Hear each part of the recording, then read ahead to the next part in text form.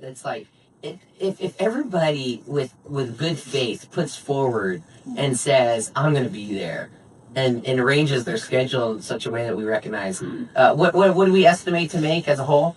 If we did, there's 25 events, we do 23, like 60 per time, and then 2 power days, like 70 people. Just tell me the total. 60 grand. 60 grand. Okay, that's $60,000 in profit. Is that right? Just straight donation profit. For organization. Yeah. Like when you're like, dude, I don't know about this $8 an hour shiz. I could work a detail shift. We make like $18. No, you don't. No, you don't. Okay? When you work a detail shift, the majority of that goes to the individual. After that, it goes to taxes.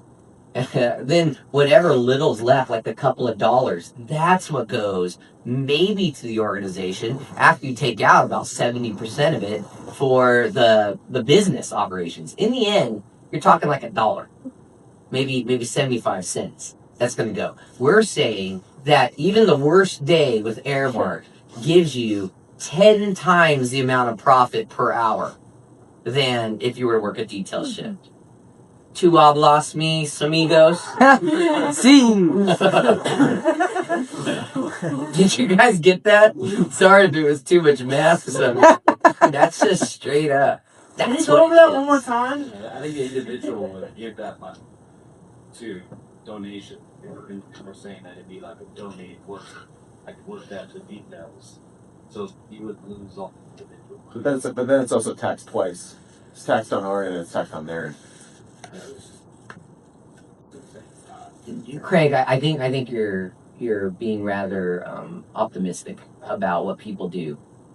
Oh wait, we're working a detail shift. There's first of all, what Josh is talking about is reality. It doesn't get paid the way that we're being paid through Airmark. So it still has to be expensed through the business. The business itself is limited at how much it can donate to a nonprofit. So we have to get creative as to how that money actually funnels over from the business to the nonprofit without raising suspicion by the IRS. There's a lot of red tape that's involved in making that move. It sounds easy, like I'll just donate the money. Well, if that's the case, then the individual would have to get it gets taxed going to details. It gets taxed now from details to the individual, and then the individual would donate it to the organization. And at that point, if you run it through the ringer, even with like minimal taxes, you've already lost 20-some% of whatever it was that you were making. And then it's had to hit a bunch of administrative hands, which if you deduct the hours put into managing that, because it sounds so simple. You talked to Johnson over there about Bartlett about the fiasco of actually maneuvering that, and it's pretty complicated.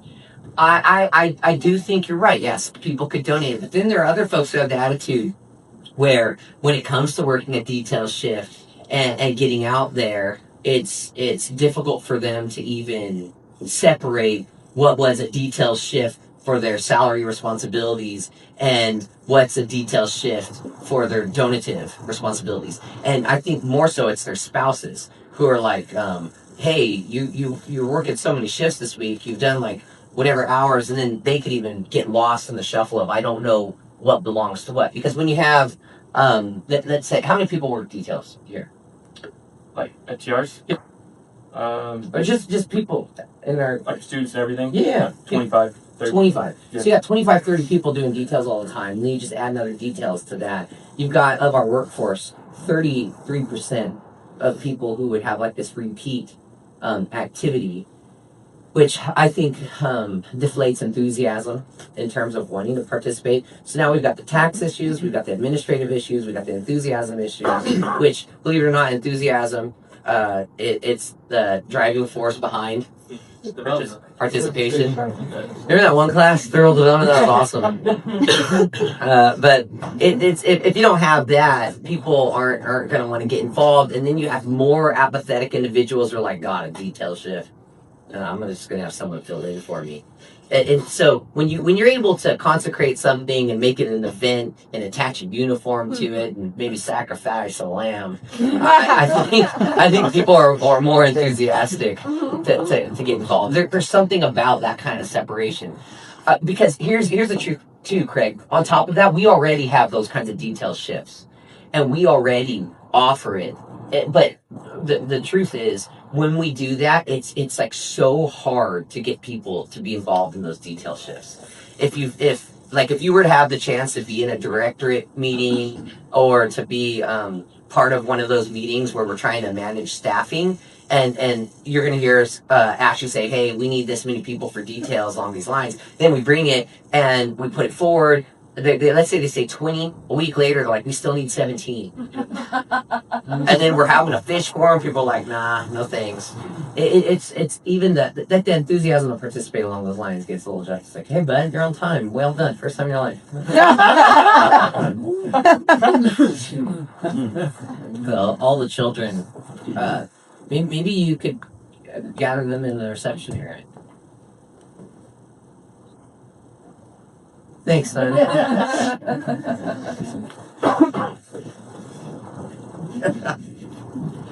All right.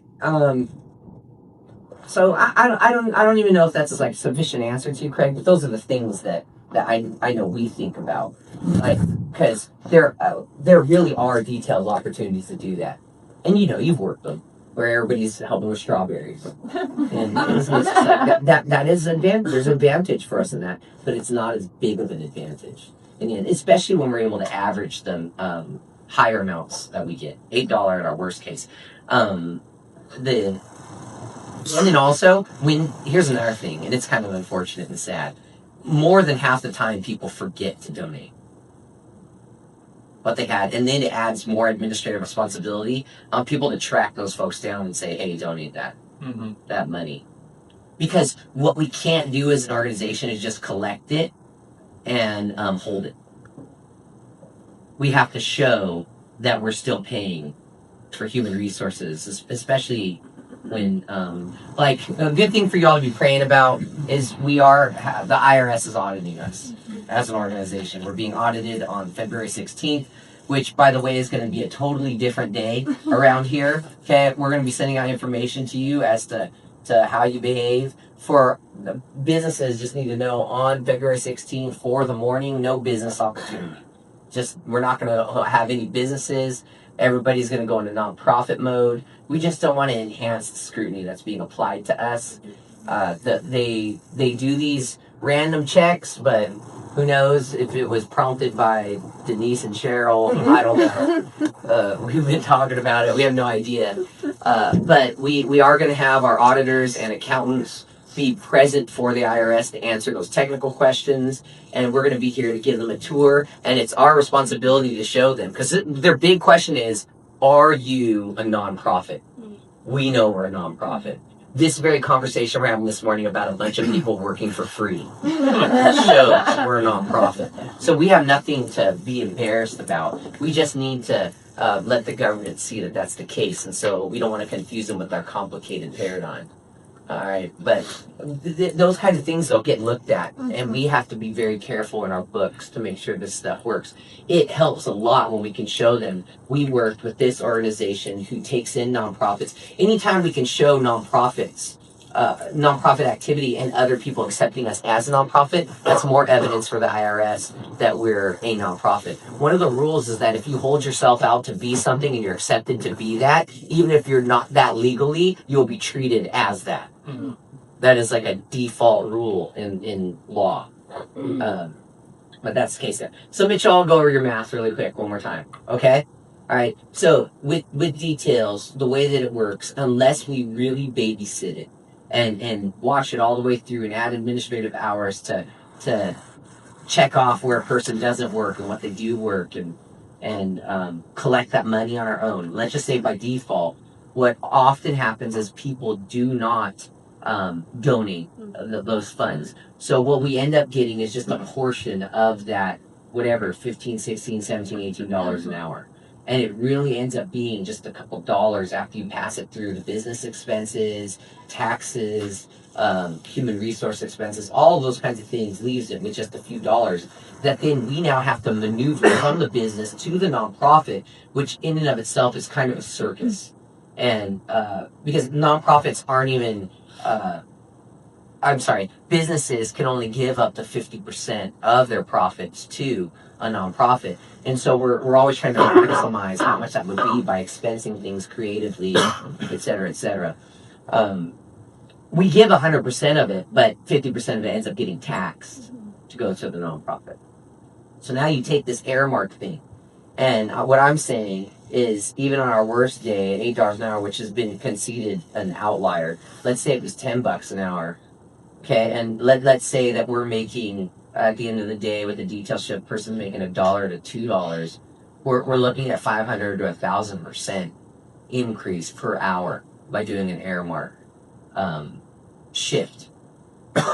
In contrast, and as far as pure profit that hits the nonprofit directly. Does that make sense? Yeah, I'm with you. Zach? Is there a reason we couldn't kind of expose what Airmark does, like with details?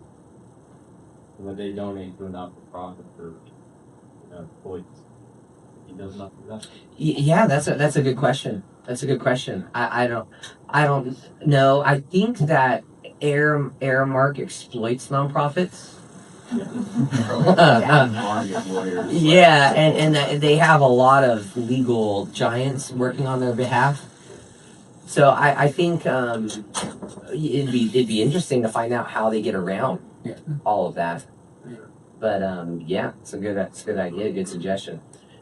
All right, folks. Well, here's the deal. If there's anything you have in terms of feeling disgruntled about what you do, we don't want to carry that into the year. Amen? Amen. So the best way to get rid of it is talk to your manager, and then managers, be honest. And if you can't answer it, talk to a director.